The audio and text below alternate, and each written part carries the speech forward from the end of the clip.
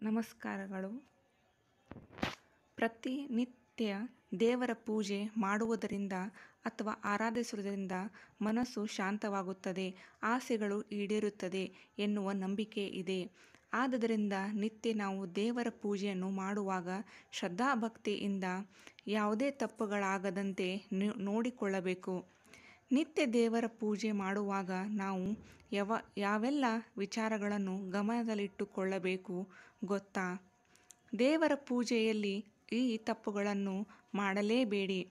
ಹಿಂದೂ ಧರ್ಮದ ಪ್ರತಿ ಮನೆಗಳಲ್ಲೂ ಪ್ರತಿನಿತ್ಯ ಪೂಜೆ ನಡೆಯುತ್ತದೆ.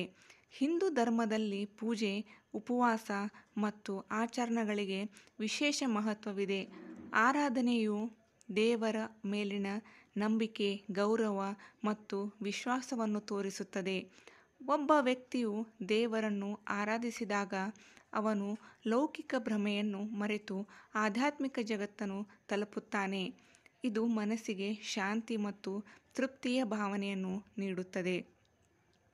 ಆದರೆ ಸರಿಯಾದ ನಿಯಮಗಳು ಮತ್ತು ನಿಬಂಧನೆಗಳೊಂದಿಗೆ ಮಾಡಿದಾಗ ಮಾತ್ರ ಪೂಜೆಯ ಫಲಿತಾಂಶವನ್ನು ಸಾಧಿಸಲಾಗುತ್ತದೆ.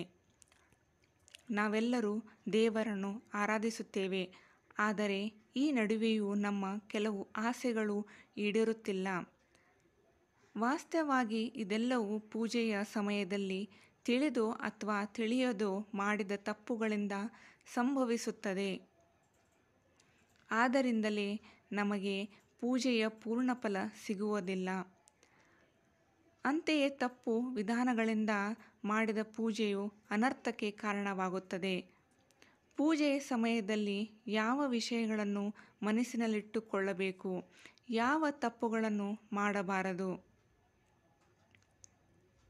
ಪೂಜೆಯ ಸಮಯದಲ್ಲಿ ಈ ವಿಷಯಗಳನ್ನು ಗಮನದಲ್ಲಿಡಿ.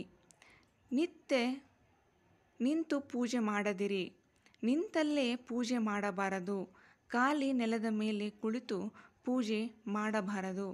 ಪೂಜೆ ಮಾಡುವ ಮೊದಲು ನೆಲದ ಮೇಲೆ ಆಸನವನ್ನು ಹರಡಿ ಮತ್ತು ಆಸನದ ಮೇಲೆ ಕುಳಿತು ಮಾತ್ರ ಪೂಜೆ ಮಾಡಬೇಕು.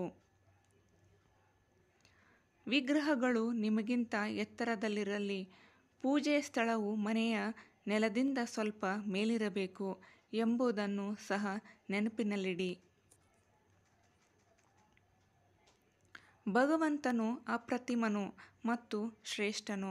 ಆದ್ದರಿಂದ ಅವನನ್ನು ನಿಮ್ಮ ದೈಹಿಕ ಎತ್ತರಕ್ಕೆ ಸಮಾನದಲ್ಲಿ ಪೂಜಿಸಬೇಡಿ. ಪೂಜೆಗಾಗಿ ದೇವರನ್ನು ಪೀಠದಲ್ಲಿ ಅಥವಾ ನೆಲಕ್ಕಿಂತ ಎತ್ತರದ ಸ್ಥಳದಲ್ಲಿ ಸ್ಥಾಪಿಸಿ. ಪೂಜೆ ಮಾಡುವ ದಿಕ್ಕು: ಪೂಜೆ ಮಾಡುವಾಗ ನಿಮ್ಮ ಮುಖವು ಪೂರ್ವ ದಿಕ್ಕಿನಲ್ಲಿರಬೇಕು. ಪೂಜೆಯ ಸಮಯದಲ್ಲಿ ಹಚ್ಚುವ ತುಪ್ಪದ ದೀಪವನ್ನು ಎಡಭಾಗದಲ್ಲಿ ಇಡಬೇಕು. ಅಂದರೆ ಪೂಜೆ ಮಾಡುವಾಗ ನಿಮ್ಮ ಮುಖವು ಪೂರ್ವ ದಿಕ್ಕಿನತ್ತ ಇರಬೇಕು. ಪ್ರತಿನಿತ್ಯ ನೀವು ದೇವರ ಪೂಜೆಯನ್ನು ಮಾಡುವಾಗ ಈ ನಿಯಮಗಳನ್ನು ಅನುಸರಿಸಬೇಕು.